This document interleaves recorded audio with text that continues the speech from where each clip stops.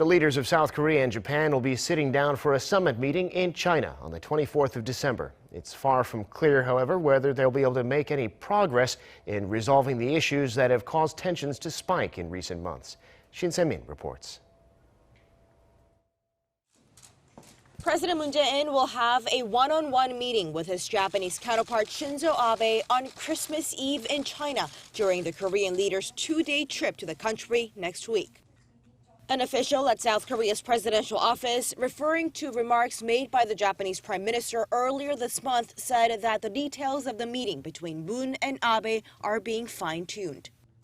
The Japanese PM had previously laid out plans for his overseas trip to China this month and said that he plans on holding talks with the leaders of South Korea and China on the 24th on the sidelines of the trilateral summit.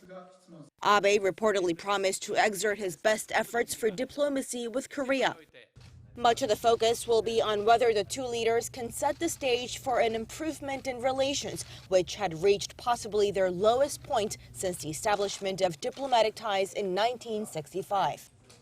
Tensions between the two had ratcheted up late last year when South Korea's top court ordered Japanese firms to pay compensation for wartime forced labor.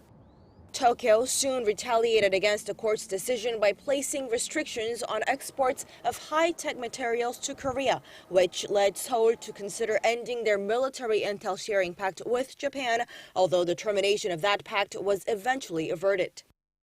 The two leaders briefly met on the sidelines of the ASEAN summit in Bangkok in October, and the top diplomats of the two sides also met to discuss the trade row and issues over their wartime history.